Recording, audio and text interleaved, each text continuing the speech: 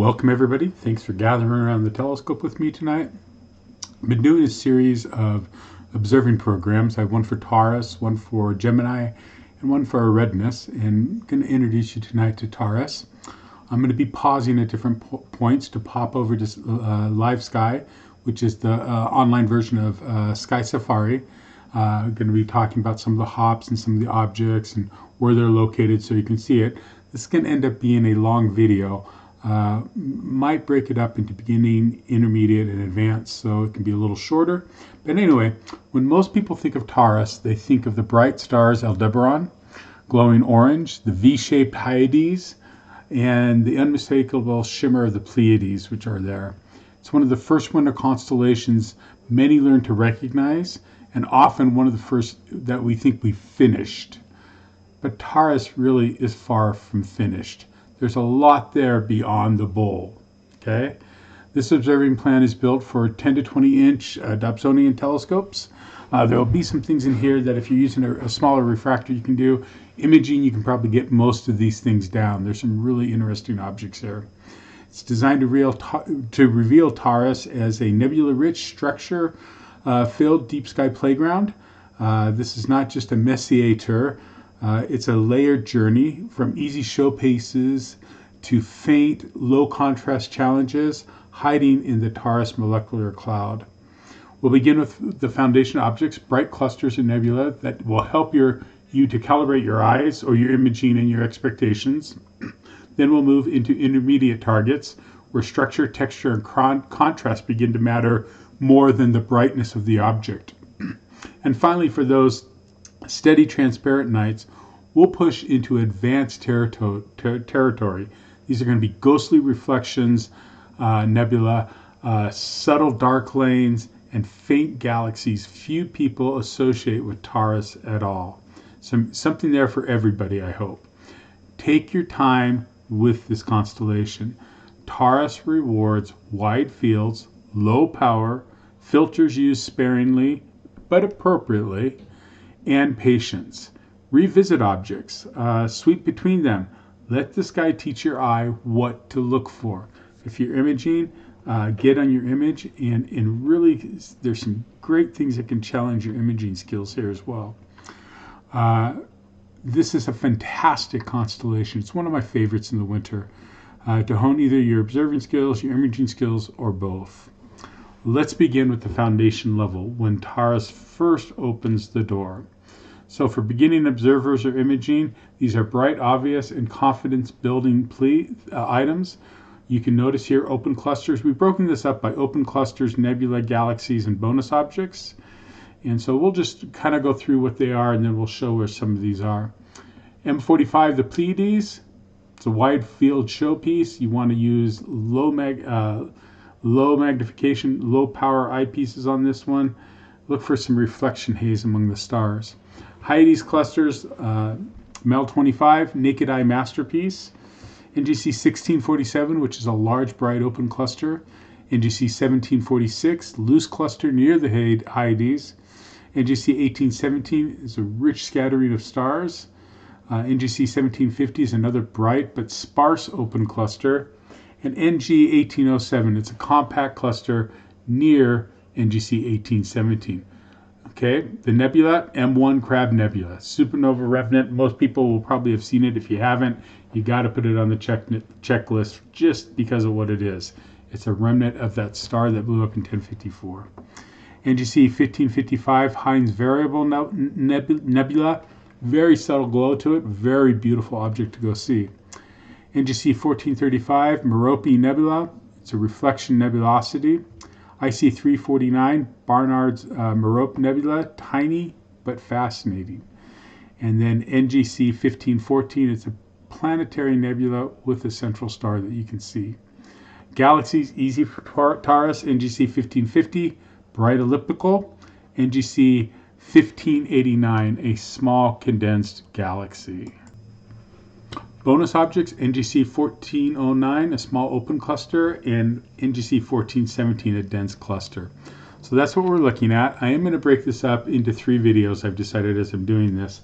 And I'm going to pop over to Sky View, so I'll be pausing as I go through just to show you where some of these are located. Be right back. Welcome back. I've popped over to Live Sky. You can see that. This is the online version of Sky Safari. First object, the Pleiades. You can see here's the constellation of Taurus. There's the Hyades right there. We'll go through what these are. There's Auriga. There is Perseus right there. And then Cetus, Redness, Orion's coming up. And this is currently what we were looking at if I was outside. So this would be to the southeast, and Pleiades would already be pretty high in the sky right now. And we'll just zoom in. There's several ways you can get to Pleiades. Basically, it's a naked eye object. You can just use your finder, you can use your go-to, whatever it is, but it's pretty easy to see up in the sky. And you just put your Telrad or your red dot finder on it, and then it should be showing up in the eyepiece if you're aligned properly. Once you come in, you will find that it is very much, and I'm going to do something really quick here. I should have done this when I took a break. Let's go into star settings. Let's take the labels off, and that way you can just kind of see, looks a little bit easier. You can see that when you really look at this, it begins to look like a miniature little dipper, Big Dipper. You got the chain there and you got the stars forming. Okay, so Pleiades, one of the things that the challenge will be with Pleiades, if you notice as I zoom in, and this is using a 21 millimeter eyepiece, there's nebulosity around these stars. So not only look for that, but if you're actually going to take the telescope and look at this, you're going to want to look for that nebulosity as well. Let's go back. Let's come down here. Here's the Hyades. You can see that. I just clicked on it. It's really easy. Just get Aldebaran in your sights, and you will see the Hyades as it forms its V right here. Very bright, wonderful object to take a look at. That can be a naked eye. You can even see that as we head into full moon right now. Okay, the next object that we're going to go to, we'll pause, and I'll bring it up. It's actually right next to the Hyades. It's NGC 1647. So to get to this open cluster, I'd probably go to Aldebaran, and then you can just you can follow the star hop here. Just follow some stars and patterns. I usually look for asterisms. So here I have a nice little rectangle. I'd probably go there, and then I'd pop over here to this triangle, and then up here to this star, and then I would just go right over to NGC 1647, and you can see it's an open cluster, sparse. It's there. It's a large, bright, open cluster. Be really nice to see it. Our next object, just so you know, we'll go to is NGC 1746. Another open cluster, and we'll center on it. And you can see it's just right down the road, so to speak. So once you get the Pleiades done, you get the Hyades, you go to 1647, and now 1746 is just right down here.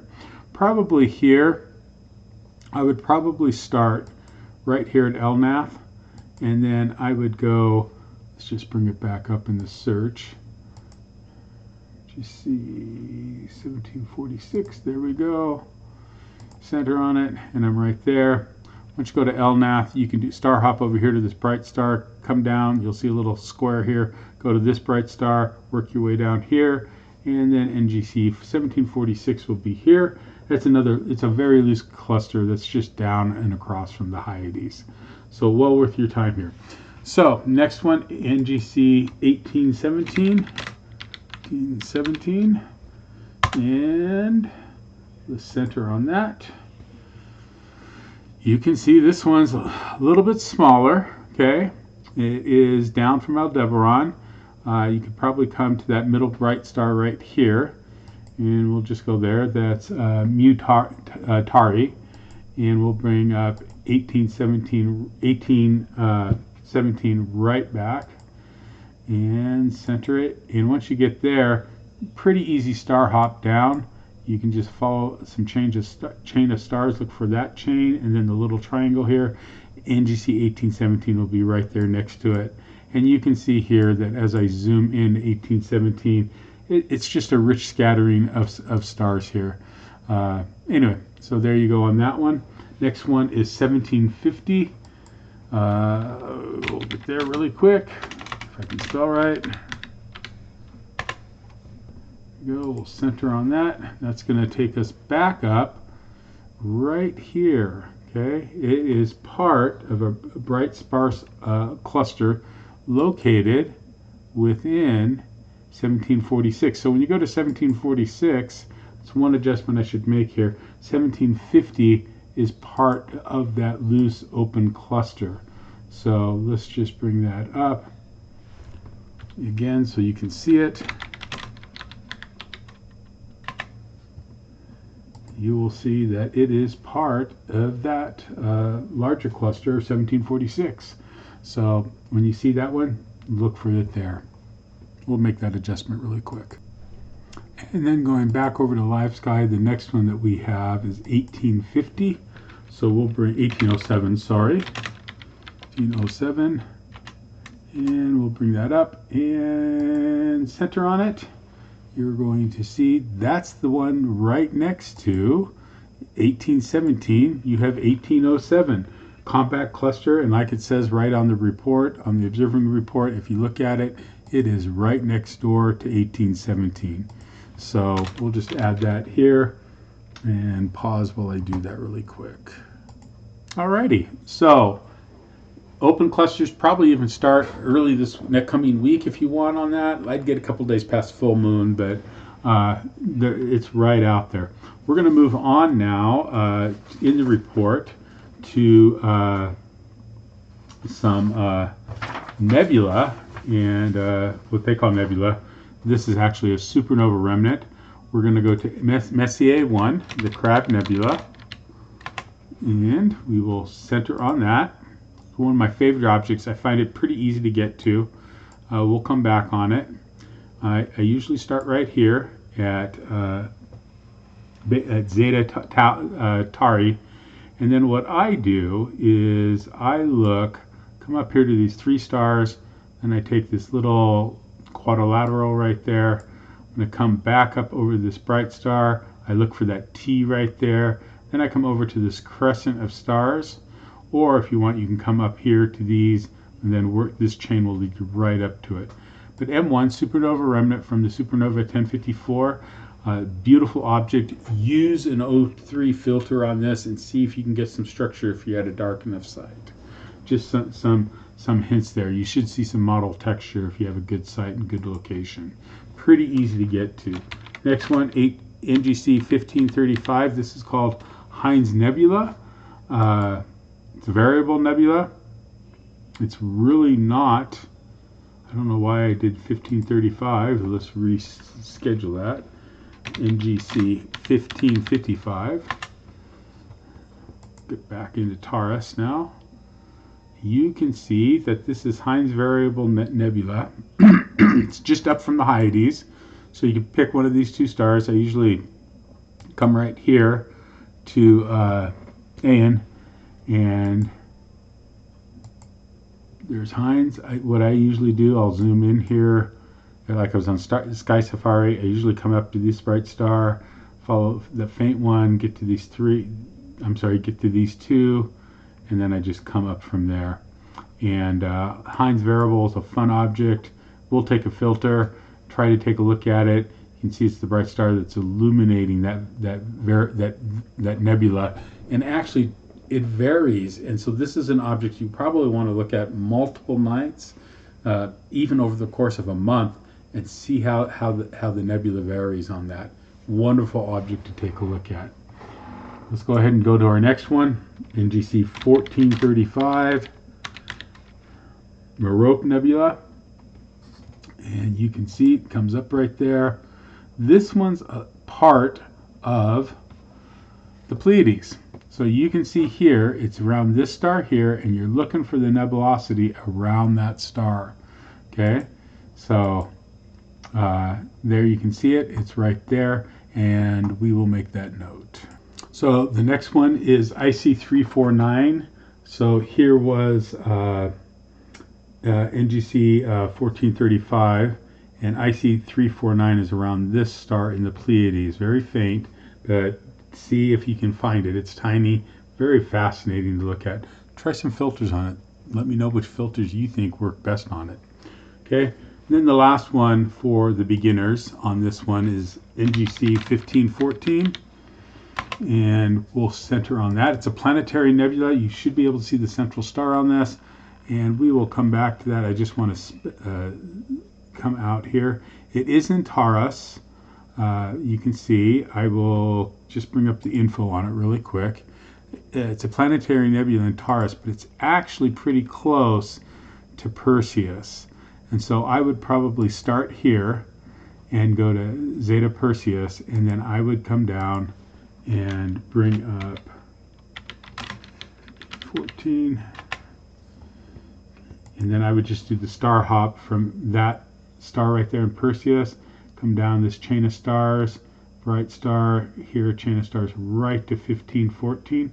And when you get in, you can see, this is an image, so it's well worth it if you're going to image it, but you should be able to easily see the central star on this one with a nebulosity of the planetary nebula around it.